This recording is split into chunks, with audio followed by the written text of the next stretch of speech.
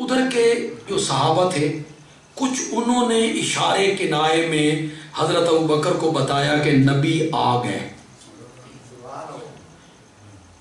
کچھ حضرت ابوبکر کو محسوس ہوا کہ نبی پاک، وہ مصلی سے پیچھے ہٹے، نبی جو آ گئے وہاں بچنا لحالے بھی نہیں سمجھیں گے،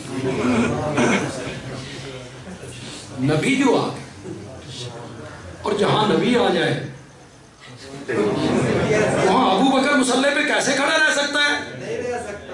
نبی جو آ گئے، جہاں نبی موجود ہو وہاں ابوبکر کی مجال کہ وہ مصلی پہ کھڑا ہو۔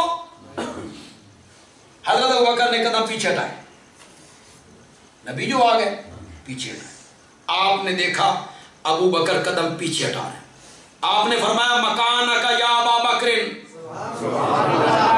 اپنی جگہ پہ کھڑے رہو، میں تجھے ہٹانے نہیں آیا، میں تجھے یہاں ٹکانے آیا ہوں۔ مکانک یا ابا بکر، مکانک یا ابا بکر، مکانک یا ابا بکر، 3 مرتبہ کہا، 3 مرتبہ کہا۔ جو جملہ میں یہاں کہا کرتا ہوں وہ یہاں نہیں کہوں گا، مکانک یا ابا بکر۔ اگر آپ تھوڑا سا ذوق کا اظہار کریں تو چلو میں وہ جملہ کہہ دوں، وہ بیر تک آخر تک جتنے لوگ ہیں وہ دونوں ہاتھ بلند کر کے میرے اس جملے کی داد دیں گے کہ بندیال بھی خوبصورت جملہ کہے گی۔ تیار ہو؟ مکانک یا ابا بکر، مکانک یا ابا بکر، مکانک یا ابا بکر، ابو بکر اپنی جاتے کھلوتا رہے۔ نہیں ابھی وہ جملہ نہیں ہے، ابھی تو میں نے آغاز کیا۔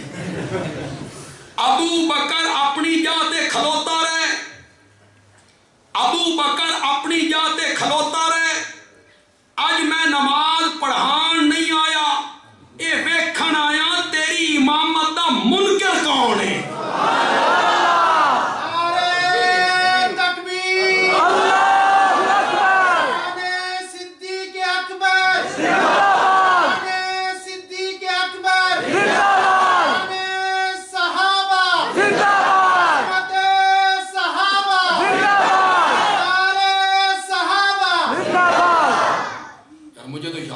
کہ میں درس دے رہا ہوں، تقریر میں اور درس میں تھوڑا سا، خطابت میں اور درس میں فرق ہونا چاہیے تھوڑا سا، لیکن یہ میں نے آپ اس لوگوں کو ذوق دیکھا، جلسوں میں بھی اتنے بندے اکٹھے نہیں ہوتے یار جتنے آج یہاں اکٹھے ہو گئے۔ میں وہاں بچنا جلسوں میں بھی آتا رہا ہوں، جلسوں میں تو ایک لوگ یہ سمجھتے ہیں بھائی جڑا اصل خطیب ہے اس کو رات 12 بجے ٹائم لگتا، لوگ سمجھتے ہیں بھائی یار بیٹھے رہیں گے ننا منا چھوٹا بیگن خان لگے رہیں گے تو لوگ آتے ہی نہیں۔ یہ درس میں ہے کہ فوراً اصل مقرر کو سن لیں گے اور کچھ کام کی چیزیں ہمیں مل جائیں گی۔ تو حضرت ابوبکر اس کے باوجود بھی کھڑے نہیں رہے۔ سوموار کے دن جب آپ کا انتقال ہو رہا ہے تو صبح کی نماز میں آپ کی طبیعت سنبھل گئی، طبیعت جو سنبھلی نا، آپ اس کھڑکی سے اس کا پردہ آپ نے ہٹایا اور سر مبارک جو ہے وہ مسجد میں داخل کیا۔ 2 جملے کہوں گا یہاں، ایک نبی پاک کی عظمت کے لیے، ایک ابوبکر کی عظمت۔ اس طرف کے جو صحابہ تھے جن کے سامنے آپ کا چہرہ آیا تھا، اس طرف جو کھڑے تھے، وہ کہتے ہیں کہ ہمیں ایسے محسوس ہوا جیسے ہمارے سامنے کسی نے قرآن کا ورق کھول کے رکھ دیا۔ کئی دنوں کے بعد ہم نے آپ کو دیکھا تھا اور قریب تھا کہ اب آپ پردہ نہ گراتے نا تو ہماری نمازیں ٹوٹ جاتی اس فرط محبت میں۔ دوسرا جملہ جو حضرت صدیق اکبر کی عظمت میں کہنا چاہتا ہوں، حدیث میں آتا ہے کہ آپ نے سر مبارک مسجد میں داخل کیا، مصلی پہ دیکھا ابو بکر ہے، مصلی پہ وہ ہے، امام ہے، پیچھے صحابہ کی لائنیں فتبسما فتبسما، میرے نبی مسکرائے. بندیالوی کہتا ہے ابو بکر کو اپنے مصلے پہ دیکھ کے میرے نبی مسکرائے. فتبسما، مسکرائے نبی پاک. تو آپ نے انہیں جب امام بنایا، اپنی زندگی میں امام بنایا، تو آپ نے یہ مہر لگائی کہ صحابہ میں سب سے بڑا عالم اگر کوئی ہے تو وہ کون ہے؟ تو بلندی درجات کے دو سبب ہیں. میں نے یہ ثابت کیا آج. اللہ کہتے ہیں ہم کن کے درجے بلند کرتے ہیں؟ یرفع اللہ الذین آمنوا منکم والذین اوتوا العلم درجات. بلندی درجات کے دو سبب ہیں، ایمان اور علم. میں نے ثابت کیا ہے دلائل سے کہ ایمان کے لحاظ سے بھی ابو بکر سب صحابہ میں سے افضل ہے، آگے ہے، اور علم میں بھی ابو بکر سب صحابہ سے برتر ہے. اللہ تعالیٰ عمل کی توفیق عطا فرمائے.